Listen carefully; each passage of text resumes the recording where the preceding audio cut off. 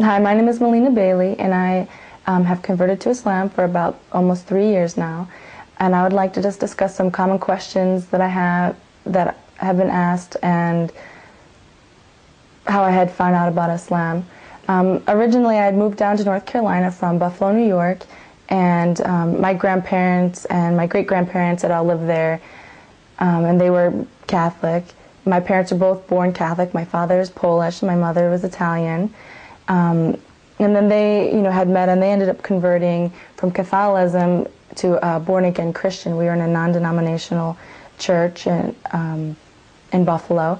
And then we had moved down to North Carolina about 8 years ago now, and we were still going to church, and then my sister had met somebody, and she said he was Muslim, and they were getting into a serious relationship, and we didn't know anything about Islam. My family didn't. We were really, dedicated to Christianity, and my sister had started researching, so we, welcomed him in our family with open arms, and we're really curious to learn about his views and his religion and stuff. And then, my sister and him ended up getting married, and then later my sister decided that before they had children, she really wanted to research the religion and to, make a decision about what she wanted to raise her children as, because she didn't want to raise her children, introduce her children in a religion that she didn't believe in.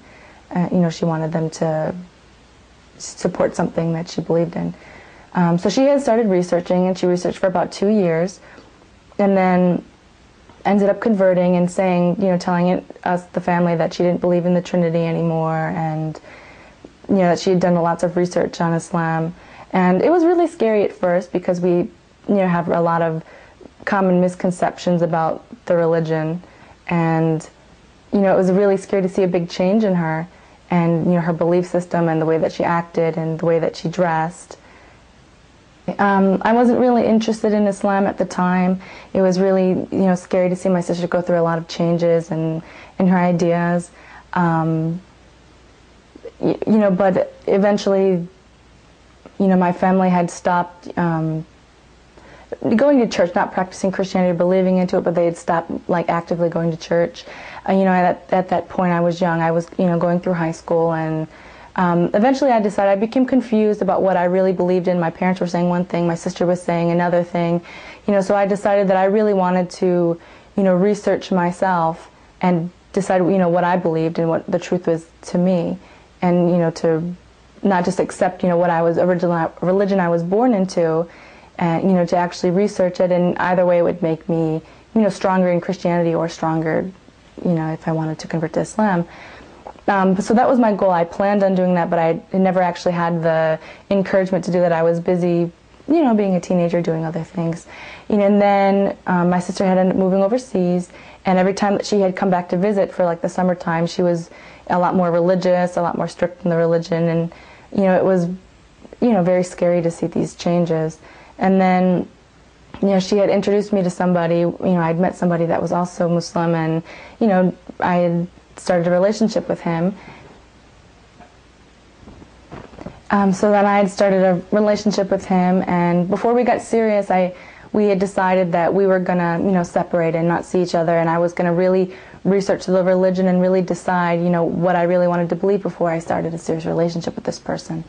So then I had started researching the religion, and the first thing that I researched, that was my motivation, was am I going to continue a relationship with this person, have a serious relationship, because this is a big step of having somebody from a different religion and having an interracial, not interracial, but cross-cultural marriage is difficult enough, let alone having a marriage with two people practicing different religions. So I really wanted to research before I really made a decision. And when I researched, the first thing I researched was women's rights in Islam, to find out what the truth. I had heard a lot of rumors, and we see a lot of things in the media, I had a lot of misconceptions. I wanted to find out what the religion actually practices. Yeah, so I had a lot of misconceptions about what the rights of women were, in Islam. Some, common things that I had thought before. Women were forced to cover, and they had to maybe walk behind their husbands or something out of respect. They had to ride in the back seat of a car. just like, common misconceptions. When I actually started researching, I found a lot of things that I was really surprised that there was a lot of points that I agreed with in the religion, and a lot of rights that they had given women. For instance, a woman has the right to, hold her own property, have her own business, be in the charge of her own money, and make business deals and stuff without any, male influence. Her husband doesn't have any right to her money, any right to her inheritance. Her father doesn't, and she's able to hold property and make business and stuff on her own. And that was something I was really surprised to hear about because, of so many misconceptions that people commonly have. So I had agreed with a lot of points, and then I continued researching what does the religion actually say. And one of the big things was the relationship. I didn't really know what it actually believed. I thought maybe they worshipped Muhammad. They didn't believe in Jesus and believe in God.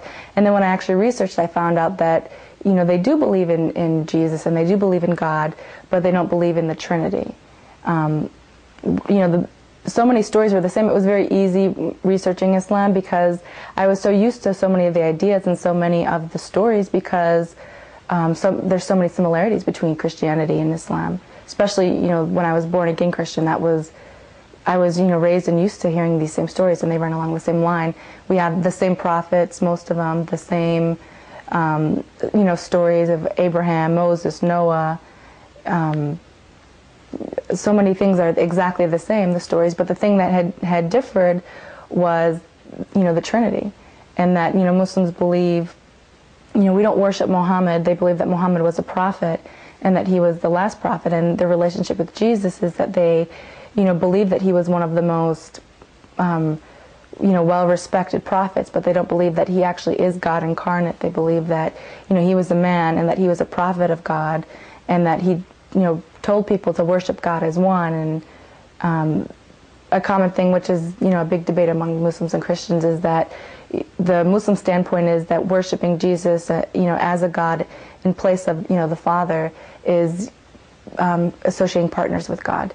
So then when I had started, researching the ideas of, Jesus in Islam, a lot of things, made a lot of sense because when I researched what their take on of the Trinity was, I realized that personally to me that the Trinity, was something that didn't make 100% sense to me.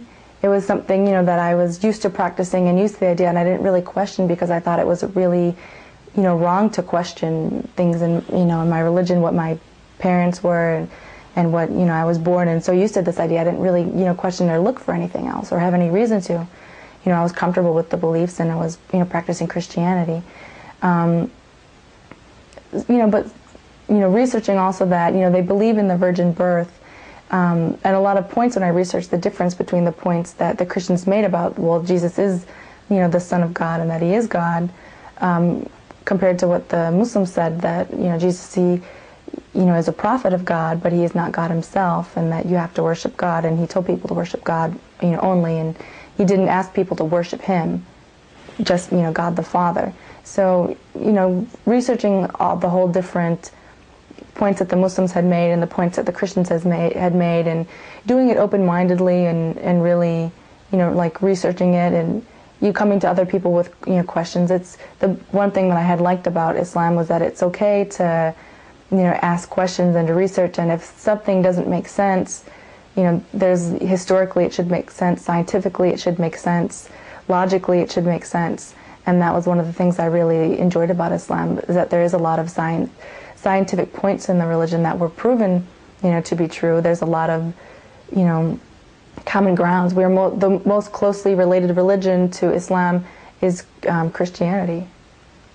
But one of the points when I did my research that really had, which was a personal thing that really had hindered me, when I really, thought that they, the Muslims made some valid points and that this really was a good, belief system, and what I had heard about in the media and what I had heard about in, from different cultures. There's so many different Muslim countries, and they each have their own spin and own take and own practice on things, and that's not what the actual religion is practicing.